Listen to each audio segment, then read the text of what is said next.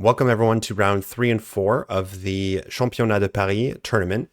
Before we get started, I wanted to show you guys the results of Hui Fan. She's the favorite, obviously, in this tournament. She's kind of blessing us all with her presence. This morning, a 2300 drew against her. I think that kid, I remember watching their game real quick, and I believe it was a little, I don't know, like a teenage kid, maybe older, I don't know. He just had the day of his life, the match of his life, drawing against basically nearly a super grandmaster.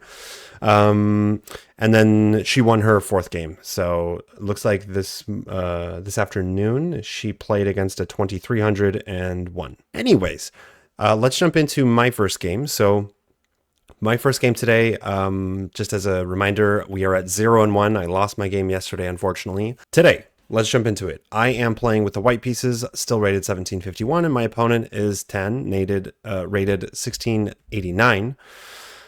I don't know, teenager, like maybe 13 to 15. I'm not really entirely sure, but those are the bane of my existence. Younger kids and teenagers scare me. They're really good at chess. So d4, d5, bishop f4, bishop f5, bishop f5. Sorry, guys, this was all in French, so I'm like mixing up some stuff. E3, E6. So we're going for basically like a copycat variation, which I haven't really seen a whole lot before, but I do know that in this formation, just so you guys know, there is some kind of trap where there's C3. I believe the knight is here. The queen comes out. The knight, C5 needs to be played.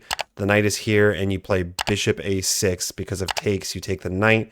And it's just better for white. So there's like this little trap. I'll have to go over that again. It's been a while since I've gone over my traps.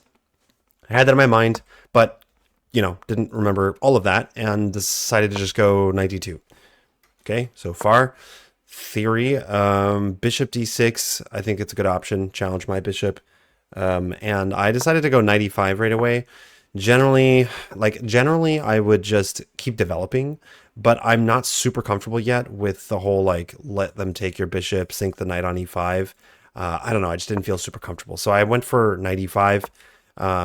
Knight b to d7 was pretty much what I was expecting.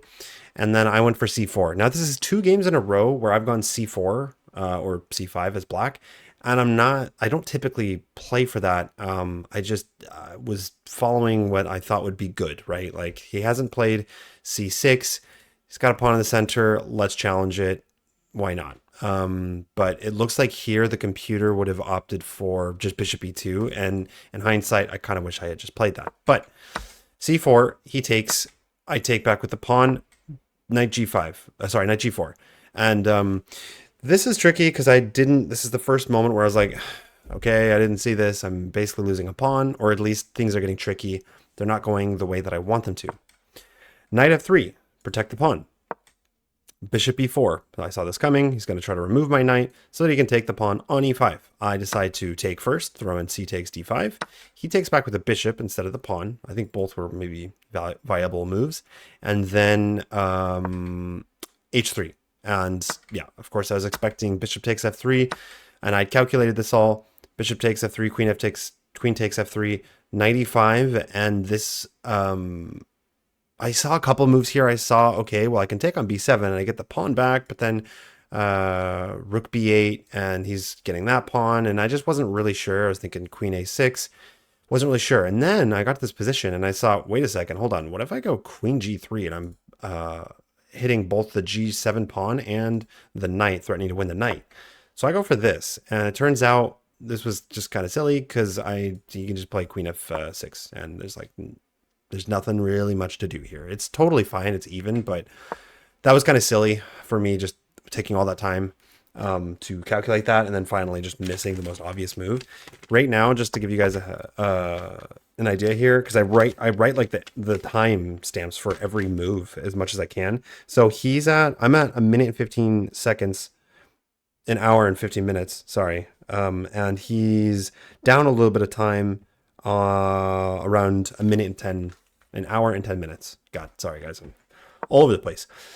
After a long think, I figured he would go here and even moved his queen, and then he like calculated and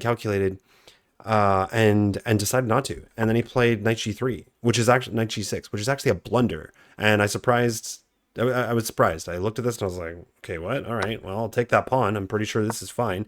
Sometimes you have to be careful with taking the c7 or the c2 pawn, but here, like, there's just nothing. If you go, let's see, rook c8, and then, oh, the queen is literally hanging. Sorry. So yeah, this just sometimes when you get the rook that comes over and then your bishop has to stay there, it kind of sucks. But that's not the case here. He has to move the queen.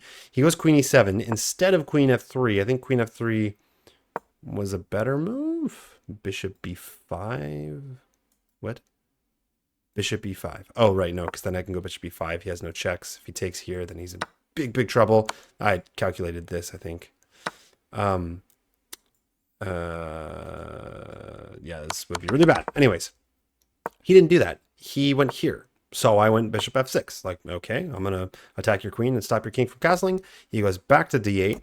And then I took a decent amount of time here to think. And I decided, you know what?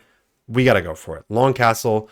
Go ahead and throw in rook c8 check. I don't care. I'm going to hurt you down the d file. Rook c8 check. I move the king over to b1. Queen b6. And this is where I wasn't really entirely sure what to do here, but I thought, you know what, I got to get this bishop out. Nothing is really being threatened. We need to develop the pieces. Bishop e2, rook c6. And I think I saw this move coming, but what I didn't see was that, well, the bishop he's not threatening to win my bishop, and this is okay, but it seems kind of like a mistake since it runs into bishop f3. So bishop f3, he took a while to think, plays rook c4. I saw this coming and figured, you know what, I'm going to force a trade because takes, and I am threatening checkmate here. So he's going to have to address that. I thought, how bad can this really be if I'm threatening checkmate? Also, I have the rook on the open c file. I have a great activity here.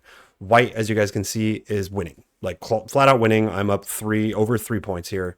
But not the easiest position to play. And as you guys will see, after f6, it's like, oh, okay, so he's going to make it impossible for me to get past these pawns. What do I do?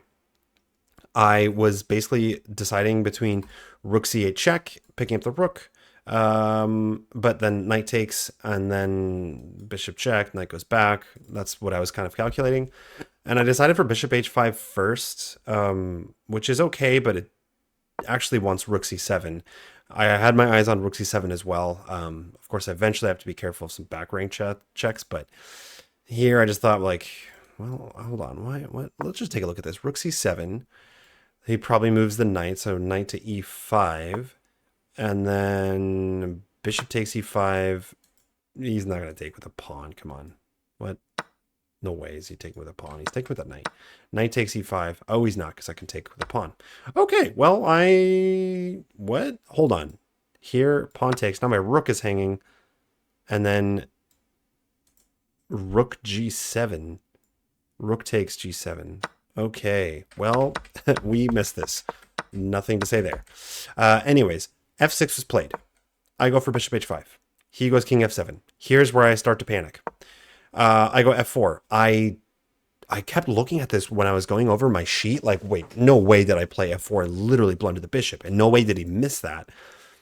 I guess I did because I went through all these other lines and couldn't figure out why nothing seemed to work, and f4 is the only thing that leads to the same position. I guess I fully blundered my bishop, and he didn't see it. Because then he goes queen b5. I thought I had like played this. Anyways, whatever. He goes queen b5. He's threatening check, picking up my bishop, and he's threatening this bishop. I have no other option but to take the knight. So takes, and then boom, e4. I cover the check on d3. He goes rook e8. White is still better. Queen f3. At this point, I'm just like, wow, I'm frustrated. It's really hot. It's way too hot in this, arena, and starting to panic. He's playing really confidently. That's why young kids kind of scare me, because they've got so much energy and they just don't seem to back down easily. So I go queen f3. This is a miss. He goes king g8, and now I'm like, great. I know for sure that I've lost my advantage now. If anything, black might be better. I go g4. I'm not really sure what to do. Decide to just try to break open these pawns. Knight b6, which I saw coming, and this is the downfall. Rook c5. I was kind of desperate, didn't know what to do here. Attack the queen. He goes queen b4. Super, I feel like only a 15-year-old kid would play this move. Would put himself in a discovered attack and be like, Go ahead and move the rook. Go ahead and do it. You go here, I'm going to give you a check first and then take the rook for free. You go here. Let's see. Because, yeah, either way, you go here. Let's see. Queen a4. Queen e4 or just queen e1 check still looks okay. But hold on a sec. Why is this not?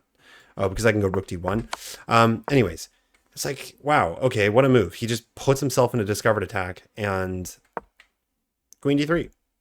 Queen d3. Let's see how much time I took on this move. Move 28. So I spent roughly 20. I spent like 6 minutes on this move. That's not great. I spent 6 minutes and played queen d3. And this loses on the spot to rook d8. Why? Well, I just thought that I could go e5 and the bishop is protected. But now it's pinned. So even if I go here, he takes, I take, he takes, and I'm down a piece. So no matter how you cut it, white's losing. There's no way to save your piece here. I tried anyway. I played rook c6. He just takes the rook. I play e5. He takes on f4. I take on g6. I had a brief moment of not hope even, just well, maybe my opponent will totally mess up. Of course he didn't. Check, check. Knight c4 hits the bishop and threatens mate. Check, checkmate. I literally have no other move.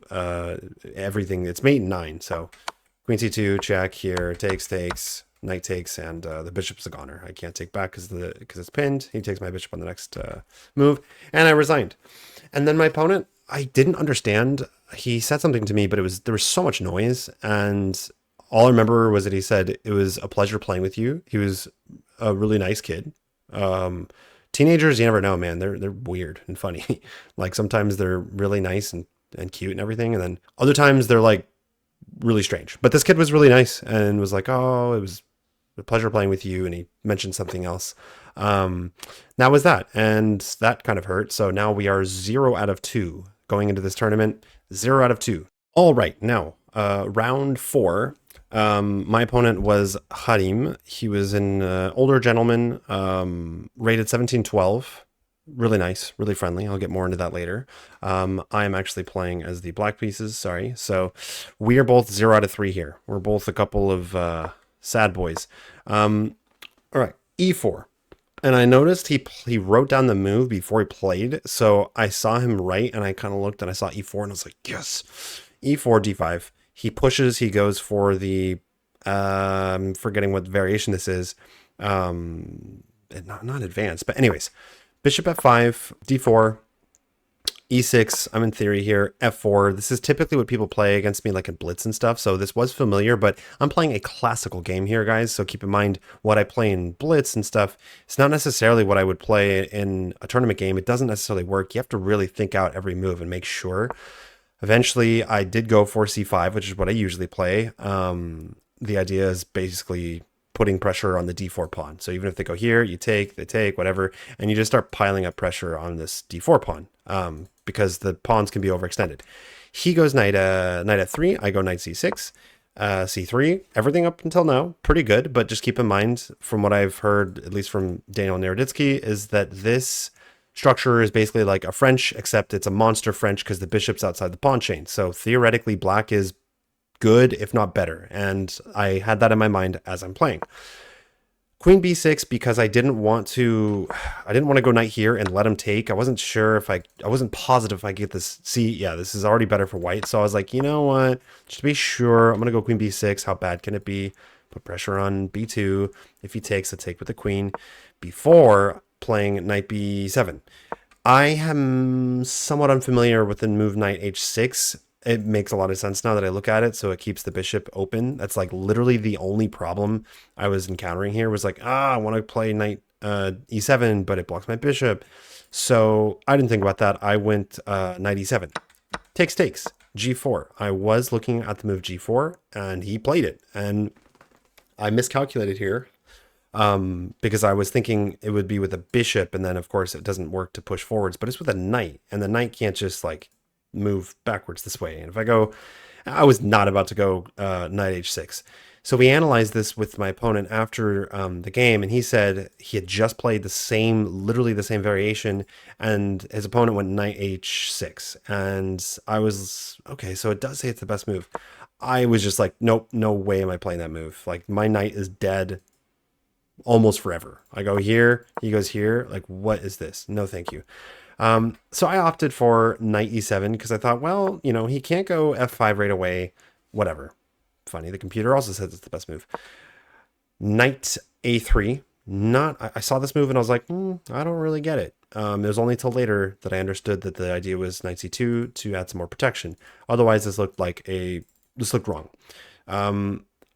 And here, even though I was kind of discouraged, I was thinking, great, I've already screwed up the opening.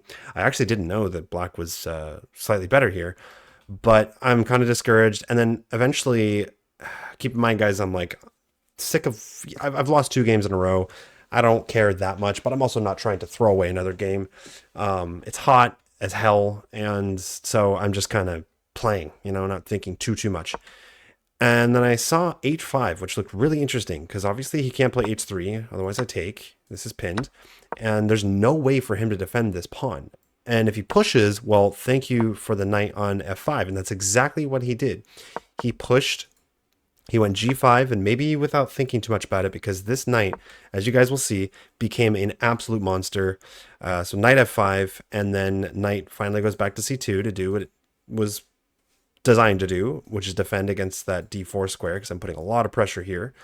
And then here I thought for a while and decided, you know what, I want to develop my pieces, but I was looking at this move g6, ruining my pawn structure, and I just thought, you know what, I think I can afford to waste a move here. White is pretty behind on development. They're not super developed. I'm not getting attacked anytime soon. I'm going to go ahead and afford myself the time and play g6 and lock everything down and have this monster knight on f5. Queen d3. I take, and he takes back with the pawn, which is important. I had been calculating all this through. Knight b5. My idea here was I want to trade everything off, develop my bishop with tempo, get the rook here. That's exactly what happened, more or less. Bishop d2 is not forced, but I was almost certain he would play this move. And instead of doing anything, there's no need to go queen here. I was looking at it just to be sure, like, okay, maybe queen a5, maybe takes. No. To take is a mistake. I think this would be a good example of that rule. There's no need to take. He takes, I take back with check, and it basically just loses the tempo. So I go rook c8. I'm going to control the only open file, whereas everything else is closed down here. This position, guys, just to stop real quick and look at this position. This position, to someone who's just walking around and looking at different games, looks like it might be roughly even. But I felt like, you know what? I know how I have a slight edge here. I have a really nice knight on f5. His knight has no way of getting into the position other than rerouting. And even if I get one pawn and I own the c file, that is my element. I'm in my element. That's exactly the kind of game that I want. And I worked my way towards this kind of game where it's just forcing moves all the way to the end, even if it's one pawn up. So rook c8, and then he goes bishop c3, which did kind of catch me off guard, but I didn't let it bother me too much. And then boom, I found rook c4. It is the best move here. Let's see, the computer. Yep, it's the best move. Bishop takes c3. Oh no, bishop takes c3 is also maybe the best move. Takes. Oh, because it leads to the same thing. Queen b2. Okay, so I was happy with this move. The bishop is pinned, so eventually, if he doesn't do anything, let's say he goes rook here. Okay, just castles. But I thought, I don't know, imagine he goes here. I can just take this pawn. Fairly sure, right? No? Here takes. Rook takes. Bishop can't take because it's pinned. You go here, then I take with check. I was looking at that kind of stuff, and I was happy to find this move. I just knew that this was a good move. If he pushes, that looks really tempting, but then I can take with check and he loses a piece. So rook c4, and then a3. Takes, queen b2. You guys can see it's the exact same position as if I had just taken on c3. Queen b2. Castles. I was thinking he might go rook b1 here, and then I would take with check, trade everything off. Takes, castles, takes. Let me just show you guys really quick what I was calculating here. So here, takes, check, takes, castles. If he takes here, I would take the knight, so that doesn't work. He has to move the knight somewhere. I was kind of looking at this. But yeah, I just figured that I would be winning here. Even if I double the rooks up, it looked okay to me. Oh, sorry, no, I can just take. So that's not what he did though. Queen b2, he castles. I thought that was a good move. I'm still going to take the pawn. I decided to take with a rook. Let's go. Let's be aggressive. No need to. This is just passive. Why would I take with a queen? It looks fine, but boom. Let's hit the queen. You want to go. There were some tactics here as well. You go here. I was thinking I would go rook c2. Looks okay, but if you make one wrong move here, well, that doesn't work. You go here, and well, there's a fork, so it's pretty tricky. I decided to go for that move. Oops, queen b1. I had a long think here. Let me just give you guys the timestamp real quick. So this is move 21, and I was doing pretty good on time. So he has 54 minutes. I'm at 59 minutes. So slight time advantage here. Queen b1 takes after a little bit of a think. And here I was looking at this. And then eventually I was like, well, you know what? I have this rook pawn, and if everything gets traded down and I'm stuck with a rook pawn and the kings, and it's like somehow a draw, I don't know. For some reason, I decided, you know what? Let's just go b6, and it's going to end up with my king coming here, contesting the other rook and taking it. I already saw that far forwards. He's going to play rook b to c1, and I'm going to take it. He's going to take. I'm going to go king d7. He's going to start marching his king. So up until this point, I had calculated, but I could have been wrong here. I was pretty positive I was winning. I've got the pawn majority on the queen side, and the king side's totally locked up. My knight is constantly attacking d4. He has got to keep his knight there, although I kind of overlooked that when he gets his king over, eventually he can defend with his king. Anyways, let's just skip forwards, guys. This really isn't that interesting until here, because I decided to go king c6 instead of king a6. The difference here is that now if he goes here, I can just march up and I'm winning this pawn. I decided to go this way, and then I had a moment of panic where I was like, oh my god, wait, did I just make a mistake? I can just go b4, b5, right? Yes, okay, so this is what happened. b5 takes, king moves over. Obviously, I'm not really able to get that pawn to queen, but I'm already seeing that this is my ticket to victory. I'm just going to march that pawn down. Eventually, he's going to have to go eat it, and I'm going to get in with a king. Things get a little bit complicated, though, when there's a knight or when there's two knights. So I had to be crafty here. There's definitely still some thinking to do. Knight d2. He is obviously planning on bringing the knight somewhere over here. And the king, he can, because the king is defending the d4 pawn. However, I saw through that. Knight e3, you're going to go after my pawn and try to defend this. I'm going to go after your pawns. So I do just that. Knight e3, king b3, knight g2. You're losing this pawn by force. This is gone now. I was originally looking at a way to win this pawn, and then eventually I saw, oh yeah, this is done. This is gone. So knight g2, knight b1, takes. He goes back because he sees that I can go here, I believe. Forget why. Well, anyways, he went back. I saw the win. Knight e2, was happy with this move. I don't think he saw it coming. I think that he was thinking he could maybe keep my king out, with his knight and the king, and like hold the fort down basically. But I saw no, because knight e2 takes this square away and this square away. So now if the king goes here, I get in. That's not what happened. He actually went knight f3 to defend the d4 pawn. Yeah, because actually if he goes here, I just would take. He goes there to defend, and now we finally get to use the tactic I was talking about. This is endgame stuff. If you just use that pawn as the chicken in the fox, or the fox in the chicken coop or whatever, like this is bait. So we're going to bait the king away so that we can get in. He moves over, then he finally takes. I take, and it's pretty much game over. He resigned at this point. He had a moment of thinking, looked at me, and then resigned, said he was losing.